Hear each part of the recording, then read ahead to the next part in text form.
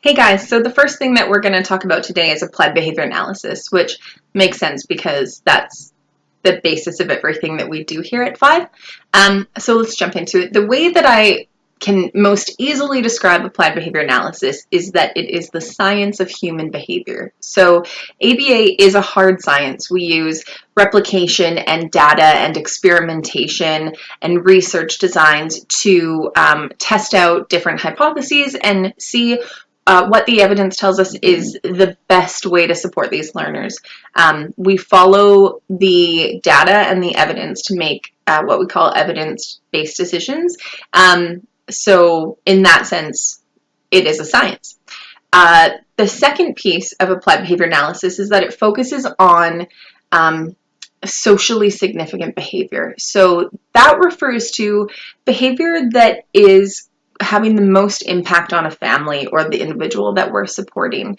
So when I go into a home, often the first thing I ask is, if I could change 3 things for you this year that would just reduce the stress in this household, increase the quality of life for my learner, increase the quality of life for everyone else around here, and just improve this family's relationships with each other, what would those 3 things be? And then that's where I start with my planning for them, because it's not me who gets to decide what is going to produce the most significant change for them. I get to make some decisions around developmental level and where's a good place to start this and what's the best strategy to teach this skill, but it's up to the family to decide what is going to have a really big impact for them. The third piece of applied behavior analysis is that we're focusing on the environment that the behavior is occurring in. So we talk a lot about what we call the ABCs of behavior, which was developed by Skinner. He called it the 3-term contingency, but I think the ABCs is easier to remember. So the ABCs refers to the antecedent, the behavior, and the consequence. So the antecedent is whatever came immediately before a behavior occurred. And I do mean like immediately before. There are things like setting events that, could impact a learner for his day. Is he hungry? Did he not sleep well? Has he changed medication? And those might make it more likely that we're going to see changes in behavior, but the antecedent is what really sort of triggered that behavior. Was it something that I said? Did somebody walk into the room? Did he see a stimulus of some sort? The behavior is obviously the response that our learner provides us with. So that could be that they're responding to a question. It could be that they say something. It could be some physical thing that they do, but it's whatever that response is. And of course, we are performing behaviors as well, but typically we're looking at the learner in terms of like if we're collecting some data. And then the third piece is the consequence, hence the ABC. And the consequence is whatever happens immediately after the behavior. So we're going to talk a lot more about consequences and how those affect behavior in later videos, so I won't get too much into that right now, but that is sort of a broad-based definition of applied behavior analysis.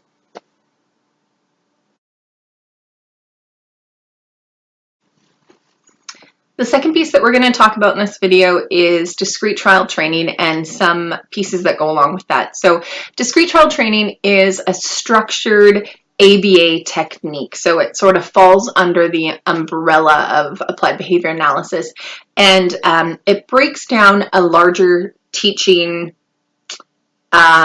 skill, a larger skill, into smaller, more discrete parts that are easier to teach and easier to provide high repetition with. So there's a lot of evidence supporting discrete trial training. It was one of the first techniques that was developed for learners with autism, and it's proven to be really beneficial. It's certainly not the only strategy available, but it is something that we utilize quite a bit.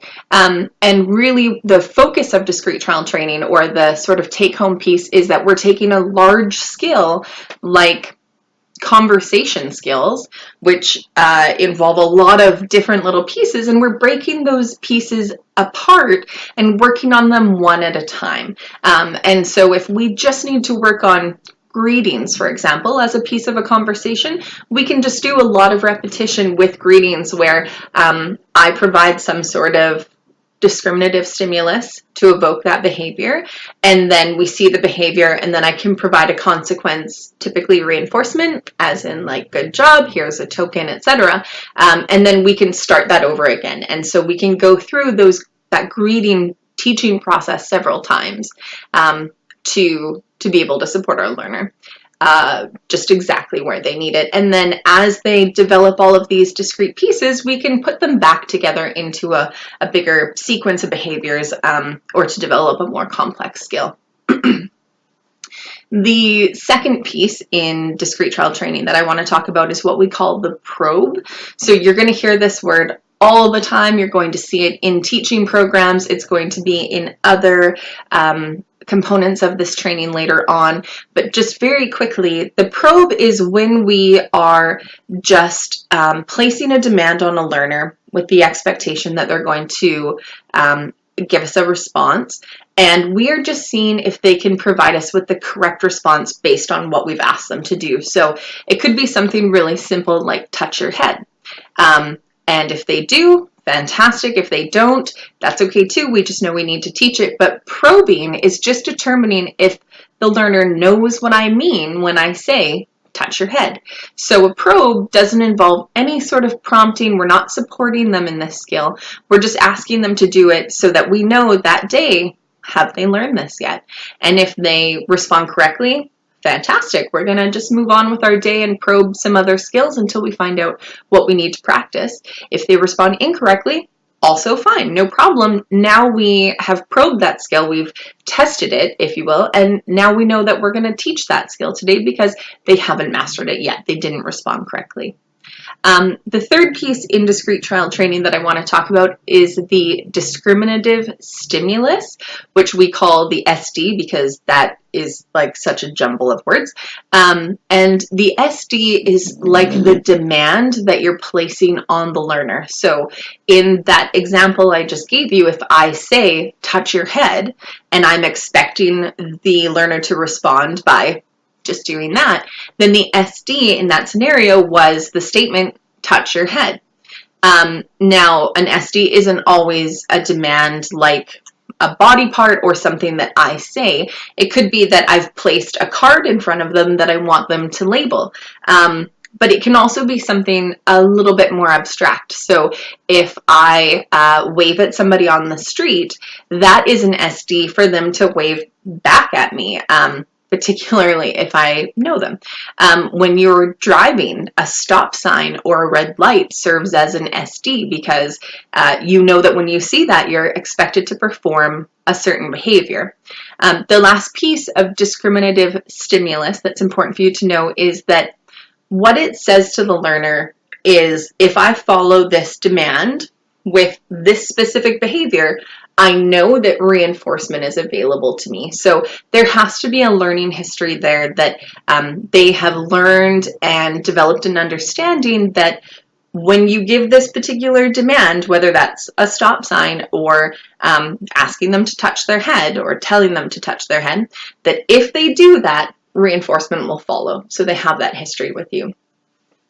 The last piece that I want to talk about in this section is prompting and prompt fading. So again, we're going to talk about this later on in more detail, so don't worry if this feels like an overrun, but a prompt is basically some sort of support you're giving that learner to be able to respond correctly to you. So if I've done that probe and I know that he's not able to touch his head, then the next time that I go around and want to teach that skill, I might use my hand to just, go under his elbow a little bit to get his hand up to his head, or I might take his hand and touch it on his head, or, if he's headed towards his nose, I might just lift his hand up, something like that. There's lots of different versions of prompting, but the take-home message here is that it is providing some sort of support so that that learner can respond to that SD correctly. Prompt fading is the systematic removal of those prompts. So if we have gone from, like I need to hold my learner's hand, place it on their head for them to respond correctly to that behavior, I might be able to, after a few sessions, be able to just go, more gently, and then I might be able to do just the elbow, and then I might be able to just point to their head, and then I might be able to do no prompt at all, and they can still respond correctly. So you can see that I've gone from prompting very heavily to get that correct response down and down and down until they don't need that much support at all, until eventually they are independent in the skill. So that's a bit of a quick run through, but I promise you'll hear more about it later.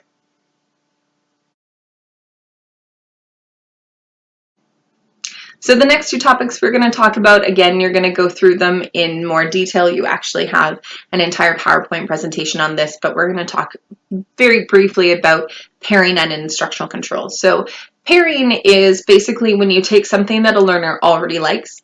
For me, that would be bubbles or chocolate, and you pair that with something that I don't care that much about, like maybe a new stuffed animal. So as long as there is always chocolate or bubbles or somebody I care about present, when that stuffed animal is there and that stuffed animal is involved, maybe it gives me the chocolate or it pretends to blow the bubbles, soon that stuffed animal will become reinforcing and be an established reinforcer all on its lonesome. It won't need to be with the bubbles anymore. So while this can happen with inanimate objects like that, it can also happen with people. So if we have someone new coming into the learner's life, for example, a new interventionist, we can pair that interventionist with all of the favorite things that our learner has, and soon that interventionist will become reinforcing all on their own and can start bringing in new things to pair with them to become reinforcing. The second piece that we're talking about here is instructional control, and this is something that develops out of pairing. So instructional control at its simplest is when I tell a learner to do something, they comply. So if I say to you, touch your head, and you do that, then I have developed some sort of instructional control over you. So how we develop instructional control is through pairing and having that learner develop a relationship with us, build rapport, have them recognize that when you're around, fun things happen, and placing really simple demands on them that are heavily reinforced. So a really simple demand like, come look at this, or take this, or put it in here, or whatever, and then reinforcing them for those responses so that they understand that when they do what you ask them to do, reinforcement is going to follow. So the next one we're going to talk about is reinforcement, punishment, and extinction. So I mentioned a couple videos ago that we would talk about some of the consequences of behavior, and reinforcement and punishment are those consequences. Again, this will be talked about more in the consequences of behavior video, but reinforcement is very simply the strategy in which a behavior occurs and I provide some sort of consequence that learner likes, whether it's offering them something or providing them relief. And because they liked it and it followed that behavior immediately, that behavior is more likely to happen again in the future. So reinforcement is a way of making behavior more frequent. So the behavior goes up. Punishment is the exact opposite. The learner emits a behavior and I either provide them with something they don't like, add something to the environment they don't like, or remove something from the environment they do like. So think of that as being like a fine. Then if that's paired with that behavior, this behavior is more likely to decrease in the future. So punishment is a way of making behavior reduce. Reinforcement is a way of making behavior increase. The third piece to this is extinction. And in extinction, it's a way to decrease behavior, but we're not punishing behavior. What we're doing is identifying what reinforcement is maintaining a behavior. So if a behavior is stable and it keeps happening over time, we know that it's being reinforced because that's what makes behavior either increase or maintain. some sort of reinforcement is at play that maybe we didn't recognize initially, or maybe a parent doesn't recognize initially. So all we're doing in extinction is saying, hey, what is maintaining this behavior? What reinforcement is happening here? And we're just going to take that reinforcement and take it out of the equation so that it's not available anymore. We're not punishing them. We're not putting anything into its place. We're just saying to the learner that behavior is not going to lead to that reinforcement anymore. And over time, that behavior will decrease. We're going to talk about some of the benefits and pitfalls of extinction in another video, but that is the simple explanation of it. The next thing we're going to talk about is verbal operands. So verbal operands are verbal behaviors that are learned. Operant behaviors are learned behaviors that you performed and then were reinforced, and through that history of reinforcement you learn to do, as opposed to reflexive behavior like blinking. So verbal operands are just learned behaviors that are verbal. And these were coined by B.F. Skinner, and you're going to see the next few terms that I talk about in the next video over and over and over again, because verbal behavior is one of the biggest skills that I get asked to support for the families that we're working with. So you'll see a ton of communication programs, and it will refer to these verbal operands, so it's really important that you know how to distinguish them.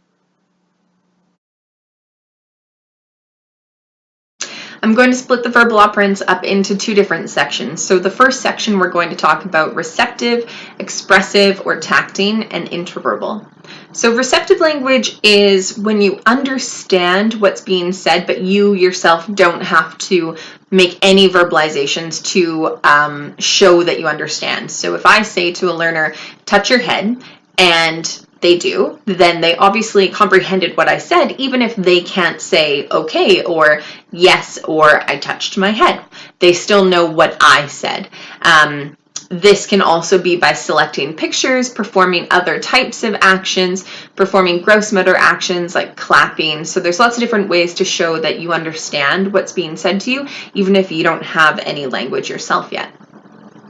The second piece is tacting, which we often just call expressive behavior. So this is when you're able to label things in your environment. So tacting would be things like saying picture or chair or outlet. So I'm just labeling things in my environment, which, independent of any other verbal operands, is only moderately useful because we don't go around life just tacting things unless you see something really weird like a spaceship or you're on vacation, in which case you tact a lot, especially if you're at like a museum.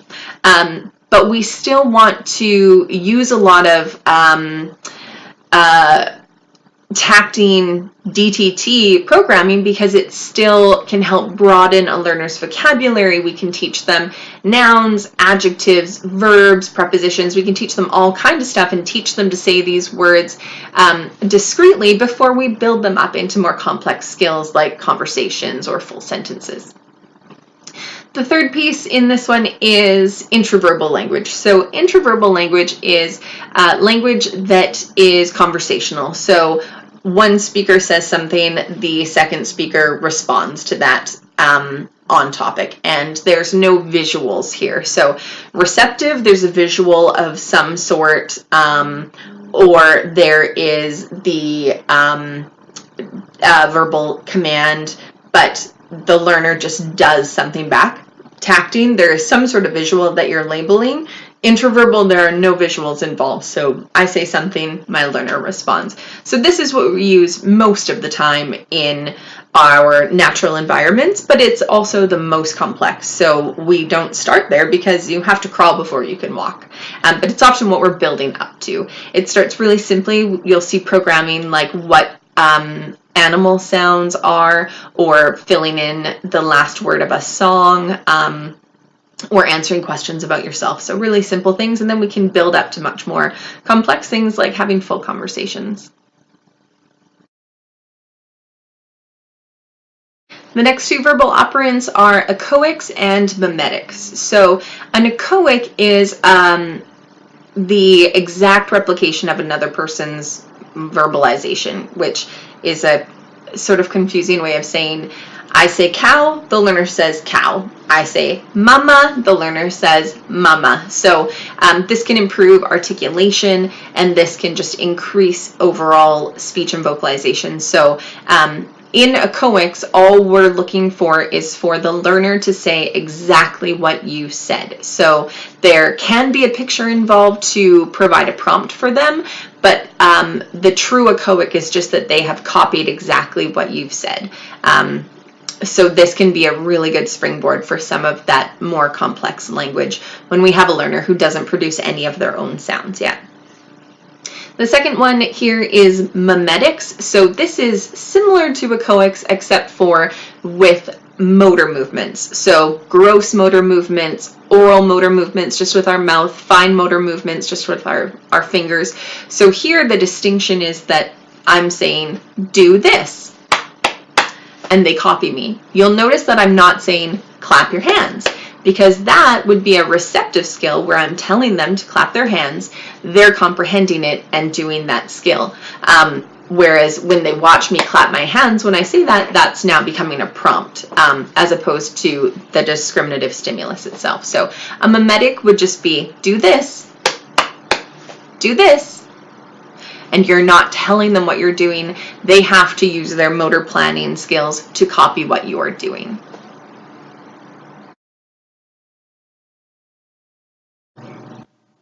So the next one is pretty simple. It is called the mand or manding, and it stems from the word demand. And it is to request something. So there are lots of ways that you can request something. Obviously, the version that we're typically aiming for is to ask using a full statement. But you could also tantrum to get something, point, gesturing, taking somebody by the arm and leading them somewhere. If you want help with something, sometimes a learner will put something in your hand as if to say, like, help me with this. You can also mand for cessation, so you're asking for something to stop. You can mand for attention, an item, or a break. So there's lots of different things that our learners might request of us. And this is typically the first verbal operant that we start to teach, because imagine a world where you can't ask for anything that you want. How frustrating would that be? So it's an early learner skill. It's the first one that we typically target along with the other verbal operants. And sometimes it starts with just a sign or picture exchange communication. So we'll just ask them to give us a picture version of what they want if they aren't able to use the words yet, and then building up to maybe an echoic. But simply put, a mand is just to request something, someone, help with something, or for something to stop.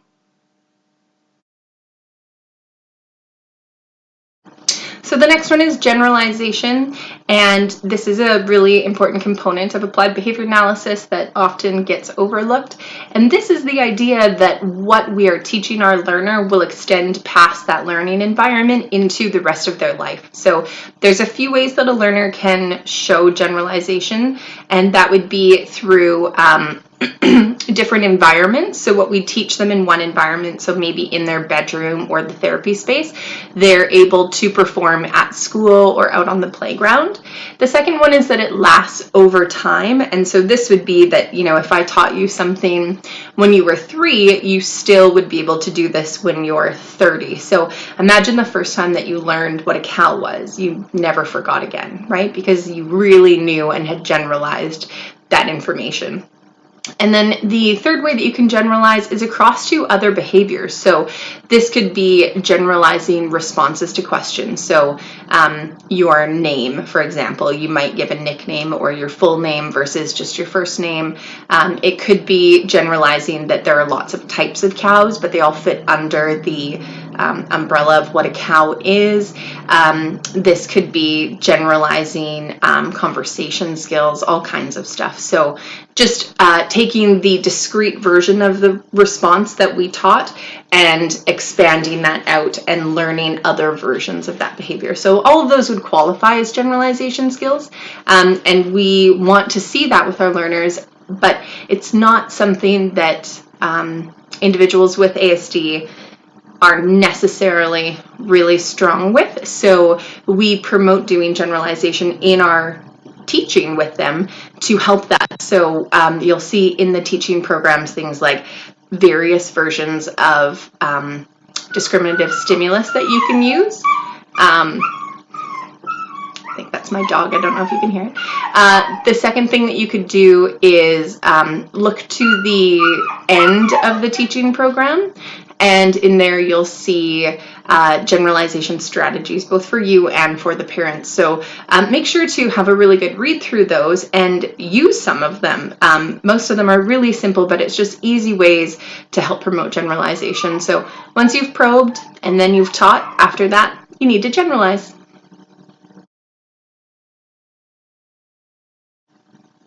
The last definition that we're going to go through in this video is natural environment teaching, or what we call NET. And this can be related to generalization. It helps promote generalization.